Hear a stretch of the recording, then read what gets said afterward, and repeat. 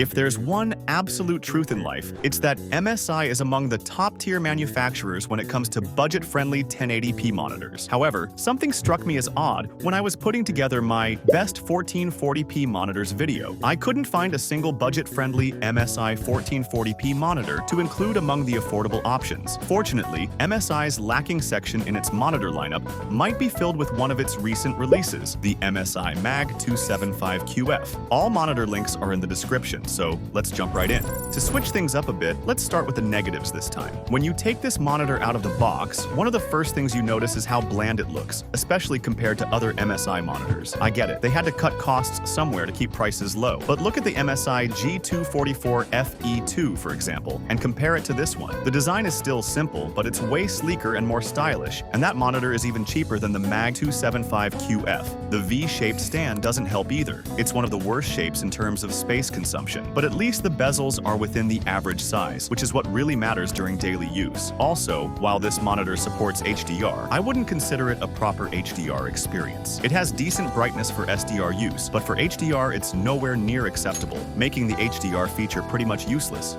to be honest. Now, onto the positives. There's a lot to unpack here. First off, its speed. This is an incredibly fast monitor for its price, and the main feature to credit for that is its 0.5 millisecond response time. Of course, it's a bit higher in real life than on paper, but the fact remains that it has very little motion blur and is great for competitive gaming. To complement that, it also has a 180 Hz refresh rate, which you can achieve with a minor overclocking, making everything a bit smoother than 140 Hz. As I always stress, if you really want to get into the competitive pro scene, 240 Hz is the most recommended choice. But if you're on a budget and looking for a good, affordable starting point, 180 Hz is more than enough. Now, if you also want to dabble in other types of games, this monitor features fast IPS technology, which combines the speed I just mentioned with the great colors IPS panels are known for. It also includes a relatively new feature MSI has been implementing in their recent releases called AI Vision. According to MSI, this feature, quote, "The new AI Vision feature can not only reveal details in dark areas, but also enhance overall brightness and saturate colors. As it stands, I'm not a big fan of this feature, but I can see its intended use. Keep it off if you don't want to mess up the shadows in your game and oversaturate the colors."